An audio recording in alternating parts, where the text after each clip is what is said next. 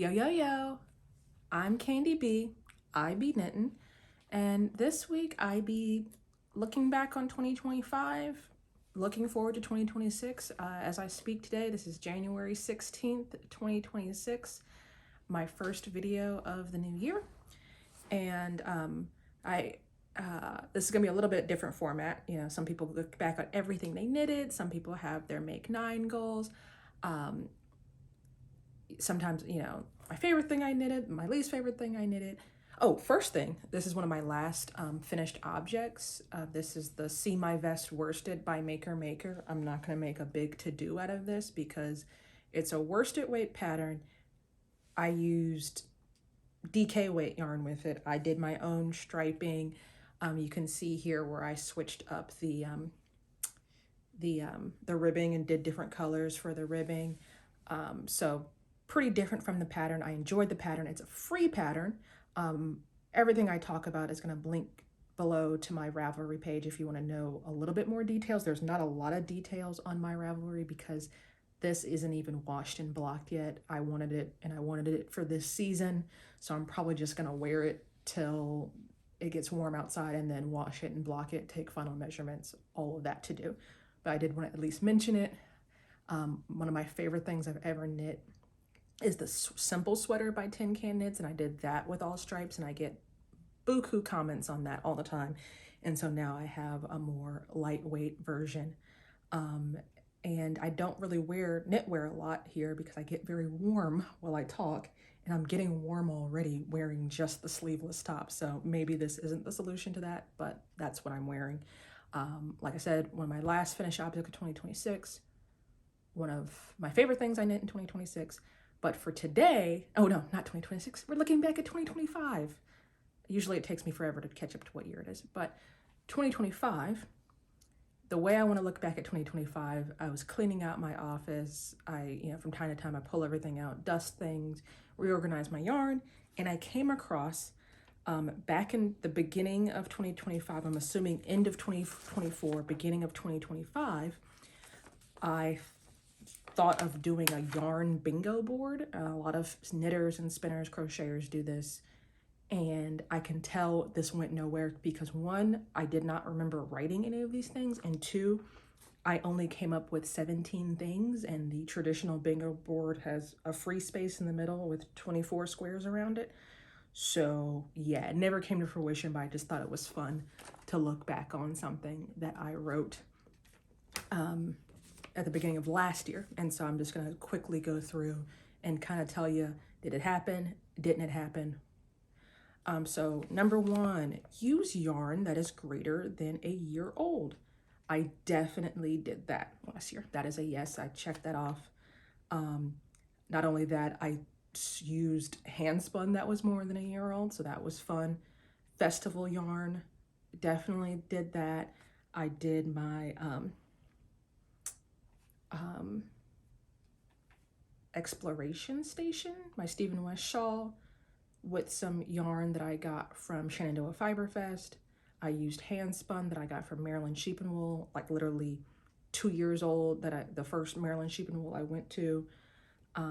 Attend knit night. Not only did I am a part of a knit group, and they meet monthly, and most of the time I'm not able to make it. And so I figure if I can just go one time out of 12 months, I feel like it's really good as far as like being busy. At the beginning of this year, I did have a job. I have 2 kids, I'm married, I have a lot of stuff going on. And so I did make it to, I believe, 2 knit nights and my knit group, because a lot of people do have trouble meeting during the week on a weeknight. We started meeting certain Saturday mornings, and that has actually worked out really well. So I was able to meet up with them on a couple of Saturdays. And this past year, 2025, I actually made a spinning friend, and I've been meeting up. I think we started in maybe like September, October, and every single month we have met up to spin once a month together, and that has been really awesome. I believe that crafting art is definitely a communal experience, and my craft is made better by sharing it with others, and so that's been a really positive experience. Make a new crafty friend, which I did do. I've met new people that have joined my knit group, and like I said before, I met my new spinning buddy.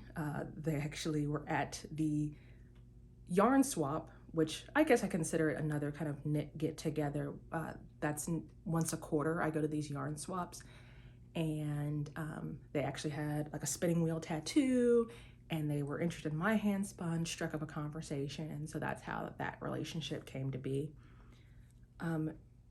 Try a new to me local yarn store. Did that. Family vacation to Florida this in the summer of 2025. I checked out Dixie Knits, glowing reviews, and so that worked out. Do something holiday inspired. Oh, I don't have it with me. I actually did finish my, last time we talked, I had a woven ornament that I was making. If my lovely assistant sees it hanging over there and wants to grab it, that would be great. But if not, that is fine. But I did do that. I did it in the 11th hour, you know, a few days before Christmas. But here's my Christmas ornament, and this is not Twines in Line. What is? I'll put the link to who it is in the comments. But when I shared the link last time, I realized that their shop is closed right now, and so this is just some acrylic roving that I did in a wooden ornament frame. And I don't know if this is common practice, but you see how like fuzzy this roving is. It's just loose roving. It's not spun. I sprayed it with hairspray. So I don't know if that's what other people do, but I figured it would keep it a little bit from getting, because I did hang this on the tree and it did get a little snagged on some of the branches. So did do something holiday inspired. One Skein Projects definitely did those. That should be the free space. Socks, hats, cowls, Rolags, which I put a question mark beside when I first made this, when I was going through this list the first time, but I actually really upped my Rolag game, and I'm like spinning from Rolags, especially on my drop spindle. And I've been making them with my hand carders, and yeah, I'm doing pretty good so far. Oh, sock blend. I think that means like spin for socks. I do have some hand spun yarn that I am going to use for socks this year. I did not intentionally spin it for socks, but I think it's going to work out well because I have my electric eel wheel, and I've been doing 4 plies on those because I can get really, really thin on that. And I think that's going to be the key to doing some sock spinning. But it is, I think when I wrote this, I was thinking that I needed to buy some special nylon blend to spin for socks, but I'm actually gonna start dabbling in non-superwash socks this year, so I think it's gonna go well. So that's I'm like 50% there, so maybe I'll experiment with that more this year. Hand spun knit project, definitely did that. I spun a whole sweater for my husband last year. Stephen West shawl, definitely did that. I did the exploration station last year. Fix an old project, or mend an old project. That last year was the year of mending socks for my husband because I knit him a whole bunch of socks, then he wore all those socks. I feel like I frogged some things last year. Frog an old project is on here. I'm pretty sure I did frog something last year. Give away a skein. I gave away a lot of yarn. I've been going to the yarn swaps, and I also donated a lot of yarn to a Girl Scout troop in North Carolina. I don't know if y'all are familiar. There was some really bad flooding that happened in the mountains of North Carolina, and so I was able to help them out with some crafting supplies, which included giving them yarn. Use big box craft store yarn, which once again, kind of like an easy thing to cross off. I was probably running out of things to write on here. Yeah, definitely did that. Used a lot of Lion Brand. Use a paid pattern. I made my Trista last year. I made my silver bells last year. And then buy sweaters quantity.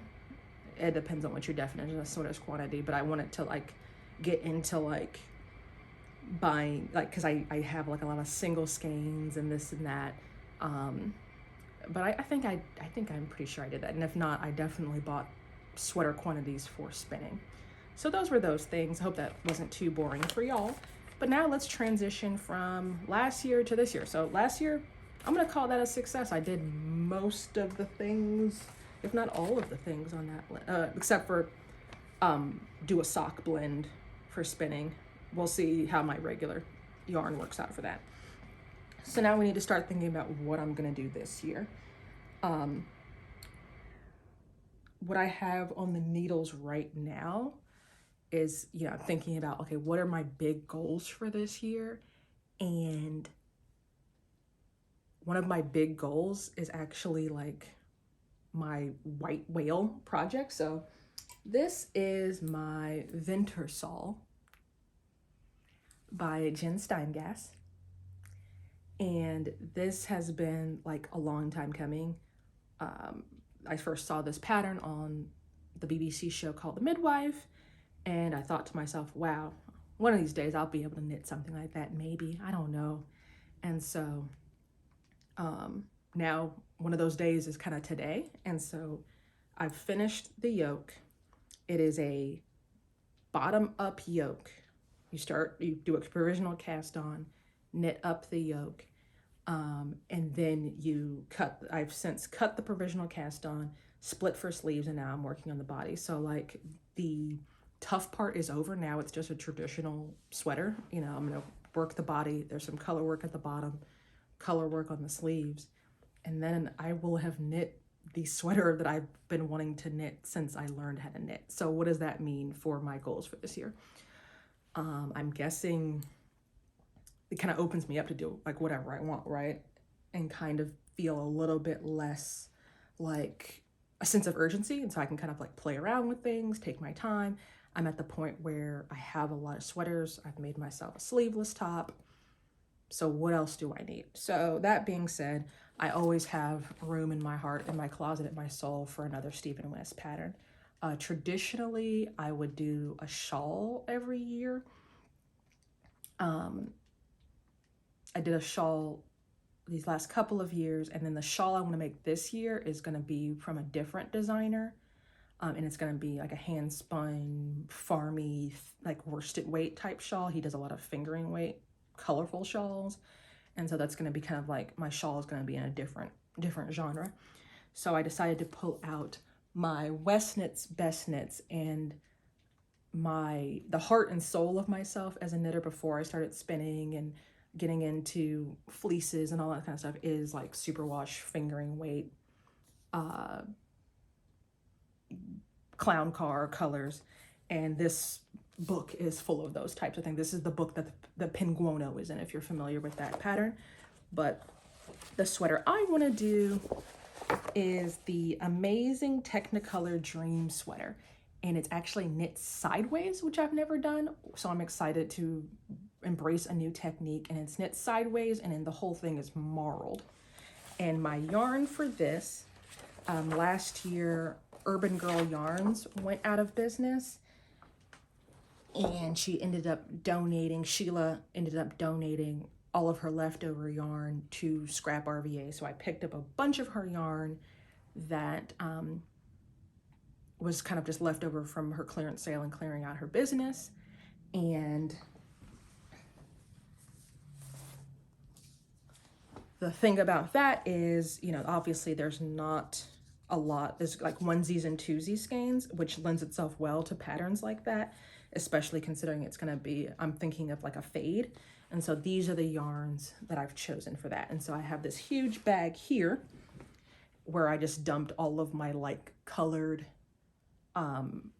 fingering weight yarn. And this is like my favorite base from her. She does Virginia fingering, which is 480 yards, 125 grams. So you get a lot of bang for your buck. And I have two in The Emperor Has No Clothes. This one is coral. These two are Coral Gables. And this one is Snapdragon. And my idea is to, oh, actually this one is called Fragile Like a Bomb. It just looks a lot like this one. And also I think a lot of these were maybe one-offs that didn't necessarily go with any base, or like sometimes there's like oopsie skeins, I guess you could say. And so I don't know if all of these are like true to their original color. But I'm going to do a fade with these for that sweater, and these 5 skeins should be enough. But then I also have a whole bag full of, this is like one more skein that I could use that I think kind of goes with it. And then I have 1 skein of superwash worsted weight yarn. This is Earth Yarns, and he has you do the collar in worsted weight yarn. So I figure if we're doing a floral type situation, these are a lot of like peaches and reds and pinks, and then a little bit of green. It's almost like the leaves or the stems of a flower, but also a strong contrast color. And so that is my plan there. This is gonna take a little bit of, you know, I love Stephen West because it's like kind of like say yes, don't stress. And so, you know, I'm just gonna play around with it and see what happens. But at the same time, because it's gonna be sideways, there's going to be some weighing that needs to happen, because I don't want to necessarily,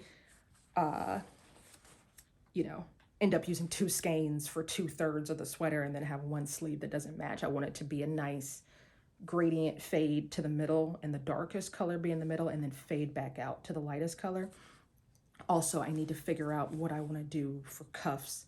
In the pattern, he says, do the cuffs however you want, but the pictures in the pattern have very, very long ribbed cuffs with thumb holes in the cuffs, which I'm not, I like the thumb holes. I think I'm leaning towards yes to the thumb hole, but I'm just not 100% sure yet. And so what I would like to do is just do a provisional cast on, knit the whole sweater, and then come back and figure out how I want to do the ribbing. I know that thumb holes are kind of referencing a very specific time period, but it's also a time period that I lived through and have fond memories of. And so I wouldn't mind having some thumb holes. And then the sweater itself is kind of, it's very like loose. It's like one of those that just has a small, medium, large, lots of positive ease.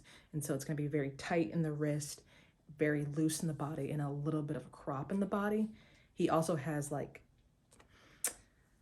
some optional brioche at the bottom. Or he says, just leave the ends loose for fringe. I'm not going to do that. I'm either going to do an I-cord at the bottom, or if I can find some yarn that would look nice in a brioche, because brioche, I believe that the way the pattern's laid out, they want you to do like a high contrast brioche. And also I believe if I'm going to do the effort of doing brioche, I want to be able to see the high contrast of it. And so I just need to see with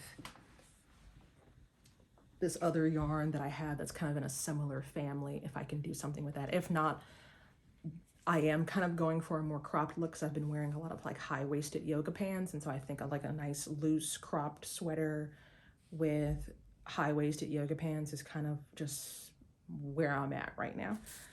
So that's probably definitely going to be the next cast on of 2026. And I've like cast on some socks, and I've cast on a hat and stuff like that, but this is going to be probably like my, oh, this is the project of 2026 next to my bucket list sweater. And I have to have, you know, like I said, I need to have my farm fresh sweater, and then I need to have my ridiculous clown car sweater. And also that's kind of one of my goals too, is to work through a lot of my stash. And that's going to be a really good stash buster, especially considering how much of that Urban Girl yarn I got and how much yardage you get in that skein. I also pulled out this bucket, and this is a bunch of like partial skeins of figuring weight yarn. I was thinking I wanted to do something a little bit more marled and wild with the Stephen West pattern, but when I weighed all the yarn I have, he suggests like 800 grams, and I had exactly 800 grams, and I'm just like, I would rather spend a little bit more time collecting a few more scraps and then be able to kind of like pick and choose. I don't necessarily want to like I want to be able to like really make it patchwork and really go crazy with the colors, and I don't really think I have enough different colors. So this will be an ongoing project. The bucket is just going to get fuller and fuller, and eventually I'll do some sort of project with this. Other than that, I have this basket, and this is just where I toss things that I go through my yarn stuff and I'm like, oh, I'd like to make something out of this. I'd like to make something out of this. It's been quite cold here recently. Virginia winters there's an ebb and a flow, and this week it's flowing. It's been freezing cold outside. Like I said, I've been wearing a lot of yoga pants, and my friend Heather, who I've been spinning with, mentioned leg warmers, and I never, once again, I'm from a specific time period, and leg warmers have always been more of like a fashion choice. I never really thought of them as something practical until I was walking around in my yoga pants, and I was like, wow, it would be really nice to have some leg warmers on right now. And I've been more and more active walking every day. And so this is some Shirsty Cat Designs Polworth. What is the color? I think it's Pole 2258. And this is some of the first hand spun I've done on my wheel when I got my wheel a couple of years ago. So it's very thick and thin, very squishy. And I think these would make great, like if I had a contrasting commercial yarn for the, like, you know, maybe 2-3 inches of ribbing, do this in the leg, and then another 2-3 inches in like a commercial yarn. Probably won't get to it this winter, but I just need to hold on to that memory of how cold my legs have been. And my friend Heather was telling me like it makes a big difference warmth wise, tossing on a couple of pairs of leg warmers, putting on a pair of leg warmers, unless I guess you're really cold. And so this is going to be that. This is one of those skeins that I need to either use or get rid of, because I have one skein of this. This is a 50% merino, 50% silk, Mirasol Peru. And this is something it says $4 on it. This is something I got probably from Scrap RVA or something.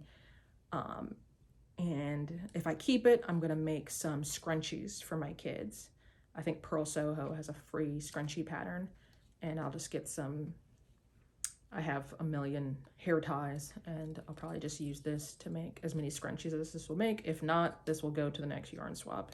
And if it's here in this basket at the end of 2026, it's gonna get donated to someone.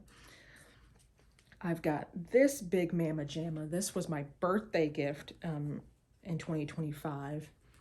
And it's a mystery yarn. Mr. Rulu took the kids to Scrap RVA and they picked out some things for me, and it's like fingering weight, and I'm feeling maybe cotton, maybe silk in this.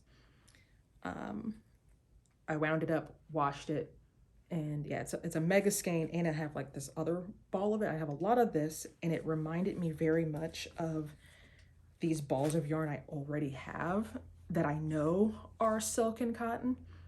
And so what I'm gonna do with these is I wanna take a very simple tank top pattern and lengthen it into a dress, and it's gonna be like really big, like big needles, so a very loose gauge, and do like a cover up for the pool or the beach. And I think that'll be like really pleasant, just something to throw on when I get out of the water or something. We live in Virginia. It's maybe like hour and a half, 2 hours to drive to the beach, and the drive back is always miserable because there's sand all over me. My skin is dry and tight. And so I think if I have something like nice and luxurious to toss on after being in the sun all day, this is gonna be it. And then the last thing that's in this basket is something I've been wanting to show y'all, because after I show this to you, I'm going to frog it. I knitted that yoke twice. There's fuzz in this basket. So you can kind of see what I'm talking about. There's a provisional cast on, and then it goes up into the yoke. And what happened with this is, one, I can always trust my gut when it comes to knitting, because I was just knitting this and I was not enjoying it. And I was like, something is, and I always like, that's how I know I've messed up, because I don't feel like knitting on a certain object. And I could tell I was going to run out of this hand spun. Then I was just like, well, what am I going to do if I run out? Then I was looking at the pattern, looking at it, and I realized I was doing my color dominance wrong. The white, I wanted it to be in the background. The brown, I wanted it to be in the foreground. And it's not the fault of the pattern. The pattern tells you how to hold the yarn to get the correct color dominance. I have a thing in my brain that when there are two options, I'm always going to switch those options. If it says go right, I'm going left. And it's just something about me. Not only that, when I did the traceta, I actually did the traceta incorrectly. It turned out how I wanted it, but it turned out how I wanted it by mistake. I was doing the color dominance the wrong way. And so I was just like, oh, I'll just do the color dominant the same way I did the traceta, which was not the right answer. And so I looked on Ravelry, looked at some other people's projects, and I saw a bunch of people, for whatever reason, frogged their yoke the first time. And I was just like, you know what? I'm just going to frog it. And also, I'm glad I went back because, like I said, I was running out of this light brown hand spun. This is like kind of like an ashy brown. It's got a little bit of flecks of gray in it. And in my mind, this sweater, I wanted it to be very warm toned. And in my mind, I wanted rust and chocolate brown. Those were the two consistent things in my head. If you go back and watch Call the Midwife, the sweater is actually orange, but the sweater I'm going for had a very specific look to it. And so I actually decided not to use my hand spun because last time I talked about this sweater, I was kind of on the fence because I was just like, wouldn't it be great if I knit my dream sweater in a 100% hand spun? And I thought to myself, is it more important that it be hand spun, or is it more important that it look the way I want it to look? And I decided it's more important that it look the way I want it to look. So I went back in this whitish gray color. It's mostly gray with like pops of white, is hand spun. The rust is hand spun from R.H. Lindsay. The white is Lincoln Cross fleece I got from Maryland Sheep and Wool. And then this brown is not a commercial yarn. It is still an independent yarn. It is from a farmer that is local to me and that I got at the Peace Hill Farm festival that I went to. And so it's in the spirit of hand spun, but not technically hand spun. It is machine spun. But I think this chocolate brown really lends itself well. And this is what the correct color dominance looks like. And I just wanted to show this because I know a lot of people are kind of like, what is color dominance? What does that mean? And now I'm like, okay, now I've learned my lesson. I know exactly what color dominance means. And I really need to, like I said, I get my left and my right hand confused a lot of the times. And it kind of took me looking at the picture and being like, okay, what do I want to, and because the pattern tells you what to do. It doesn't tell you, oh, this is the dominant color. It just says hold color A like this, hold color B like this. And for some reason I was thinking, oh, the contrast color always goes in XYZ hand. Not true. It's the hand that you want to be more dominant. Some people might want the white color to be more in the foreground. It's a personal choice. The funny thing about this is I literally pulled out all of my books and was reading up on this to make sure that, I was like, if I'm redoing this yoke, I need to make sure I'm doing it right. And I actually own Elizabeth Zimmerman's knitting book, and she's very cheeky if you're not familiar with Elizabeth Zimmerman. And I was just like, okay, let me look up color work, color dominance. And her thoughts on it were, you're gonna see some people say, you know, grab the yarn from the top or the bottom. It doesn't matter because you shouldn't have more than 1 or 2 stitches. You shouldn't have color floats more than 2 or 3 stitches wide. And she said if a pattern is more than 2 to 3 stitches wide, or is in more than 2 colors, which is kind of like the working definition of Fair Isle knitting, She was like, I wouldn't trust that pattern. And I'm just like, okay, shady boots. Thank you for your input, Miss Zimmerman. But now I like, I don't have the option now, Miss Zimmerman. I have to make this pattern. This is what I'm making. But I just thought that was cute. I actually I mean, I know like culturally speaking, there's lots of different schools of how to do color work. But in the future, I will stick to simpler color work, and some of these floats were ridiculous. There were like there were some like 8-stitch wide situations, and so I did catch my floats on this one. This is the wrong side, and I have since washed. After I finished the yoke, I did wash the yoke so that it would be more representative of the final size. But I just thought that was really funny. That's all I have for y'all today. Yeah. Hope y'all had a great December, beginning of January. Things were a little bit rough for me. That's why there's been a bit of a gap. But hopefully you found some rest in there. I know it's always a stressful time for a lot of people. If you want to talk to me, you can do so in the comments below. Let me know your high points, even your low points for 2025. What are you looking forward to in 2026? You can also email me at candibknittin@gmail.com. I am candibknittin on Blue Sky. I am candibknittin on Instagram. Candibknittin on Ravelry. Any of those places you want to get in contact with me. If you don't want to talk to me, just give me a thumbs up, like this video. Make sure you're subscribed to my channel. Until the next time, peace.